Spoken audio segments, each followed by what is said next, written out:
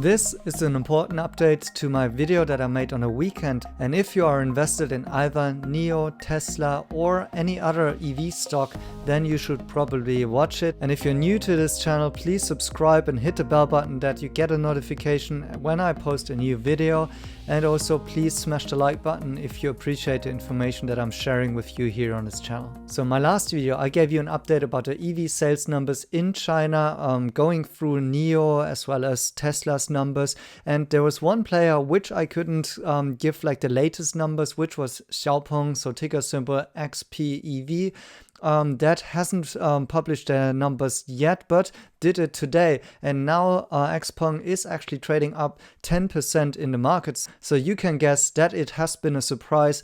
And indeed, I was calculating with roughly 2,800 vehicles delivered, but in fact they delivered 3,478 cars in September. So in total, giving them a year-to-date increase of 452%, scaling from 600 vehicles to almost 3,500 delivered in September. So that puts them at a similar growth rate here to what Tesla is doing with the Gigafactory Shanghai. So really impressive here, to be honest, more than I was expecting, and obviously great growth numbers. However, will this change my perspective on Xiaopeng here? If you watched my IPO video, you know that I didn't invest in Xiaopeng, and I actually said that they are overvalued.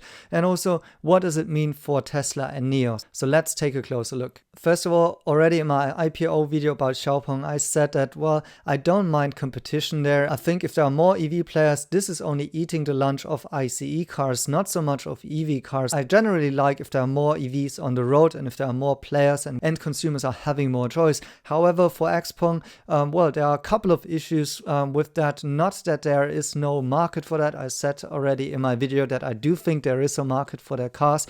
However, there are still red flags around this company, for instance, that I do really think that this is kind of the Tesla copycat of China. Also a couple of red flags around the way they did the IPO, as well as, for instance, and this is most important for me here, that the consumers, for instance, have been protesting Xiaopeng in the past because of the quality issues with the cars and also the price reductions they had in the past. I have to say though that because of the travel ban, I'm currently stuck in Germany and I haven't made it to China yet. So I didn't see, for instance, the P7 sedan from Xiaopeng in person yet. However, my friend Richard, who is a NIO ES8 owner, who I have met in Suzhou last time, and you may remember my videos about going to the swapping station and talking with him and riding the ES8. He has been to several occasions where he could take a look at the Xiaopeng cars, and what he gets back to me is this video material here that you can see. And in general, the car quality build looks quite okay. However, there seems to be issues with the voice assistant as well as with some quality aspects which I think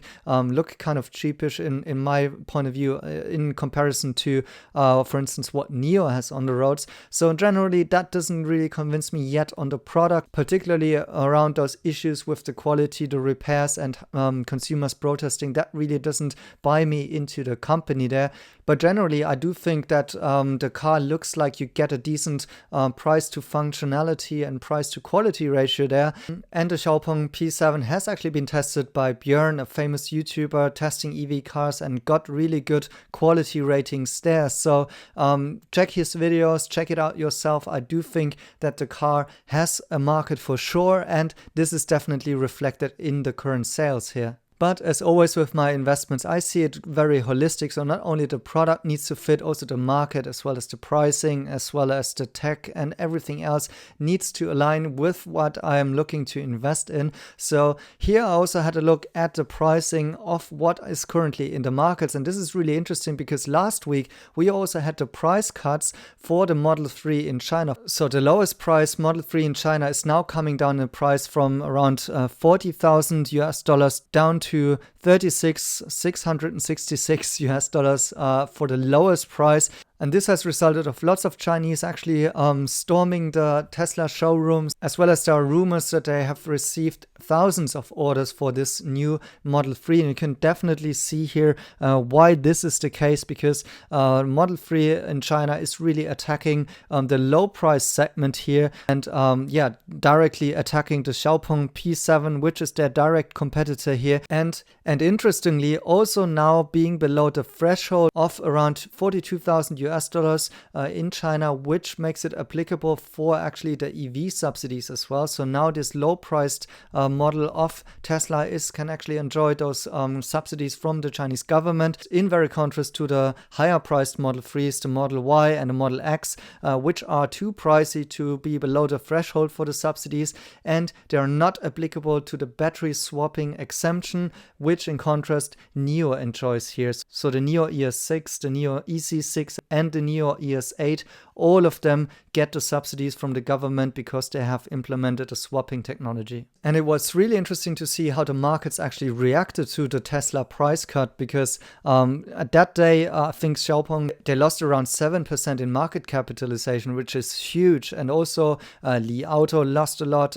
Tesla at that day was jumping higher, and NIO was losing a little bit, but not so much. So you could clearly see that NIO was not impacted as much on those pricing cuts as Xiaopeng and Li Auto, because they are not so much in direct competition to Tesla in this regard. And also now with the pricing cuts of Tesla as well as the new sales numbers from Xiaopeng, it's interesting to have a look also what this means on the vehicle margins, because Xiaopeng has already been selling at negative vehicle margins during the first half of 2020, so minus 3.6% of vehicle margin. And I think actually the ramp up should actually mean that they should turn to positive vehicle margins in the future. So this could actually be good news for Xiaopeng investors there. And if you want to bet on that, I think Q3 earning call will be really interesting and could be a turning point in terms of the vehicle margin for Xiaopeng. So they may turn positive there.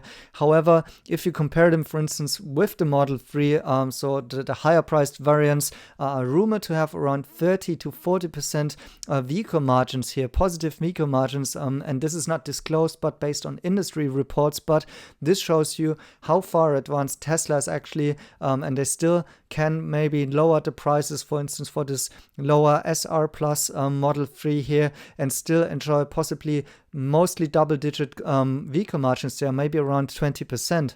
And comparing this to NIO in Q2 2020 reported double-digit vehicle margins there. And this is, of course, really nice because they have the average higher sales prices, even comparing with Tesla. And they are already a step further than Xiaopeng, for instance. And as I mentioned in my last videos, we got a hint by the NIO CEO that this is only increasing now with this quarter and the next quarters to come. So in my summary here, this is why I'm actually not worried on my investments about Tesla and NIO if there are new EV players coming into the market, because both are actually enjoying currently positive and good healthy vehicle margins already, and just can use this strength on either increasing the vehicle margins, even in NIO's case, and in Tesla's case using the already high margins in order to give price reductions into the market. And what you can also see in NIO's case here are the reductions in terms of BAS implications. So if you buy a car with the battery as a service model, then you enjoy prices that almost go down below the higher priced Model 3 cars, almost in range with the Model 3 SR Plus, and so almost competing with that. And also the EC6, so the Model Y competitor, looks quite healthy here in contrast to the Model Y China prices, as you can see them. So in general, the BAS and NIO's pricing here seems to be quite competitive, particularly if you compare to what kind of car and quality build you get from NIO for this price and comparing it to what else is out there. So it really shows here how NIO is actually positioned as a premium manufacturer, almost up to luxury here, rather competing with Audi, BMW and Mercedes. But due to the fact that they have the BAS scheme in place, they can even compete on some of the Model 3 and lower priced EVs from China here. Also, we should not forget that actually Xiaopeng and NIO are cooperating on the charging infrastructure. So Xiaopeng vehicles are going to access the charging infrastructure of NIO besides the battery swapping, because they don't support that. However, NIO is actually benefiting from each more car of Xiaopeng cars driving around there, because they will be charging with the NIO network and NIO is owning a fee on that. NIO Power Cloud will come into that and connect connecting the vehicles in this grid and this network and this ecosystem. So this is also good news for NIO on top. And this once again drives into what I'm always teaching about NIO, is that NIO is much more than a car manufacturer. They are actually an aggregator and a network platform business here. So they are not directly competing on all of those competitors out there. Instead, they are building the infrastructure for it, and they have a really well positioned car out there that enjoys healthy margins. So for me, this means I will go with Tesla here as the number one when it comes to manufacturing, when it comes to innovation and to the product in the market. I think there is no second Model 3. So for me, it doesn't make sense to invest in Xiaopeng as well. And on the other hand, NIO with an entirely different business model, still enjoying healthy margins and actually becoming this aggregator, connecting all the other cars to their platform. So this is the way to go for me. I may change my viewpoint on XPeng and at another time in the future, maybe. Although right now I still think that the valuation is still quite high. They're still early stage, so the high growth rates don't surprise me. At the same time, congratulations should you be invested in Xiaopeng. I think today's delivery numbers are really a big positive and a really good surprise here, and that's getting reflected in the share price, although it doesn't make me jump onto the bandwagon here. So I hope you enjoyed this information. Let me know down in the comments what you think about it, and also, yeah, please smash the like button and see you in the next video.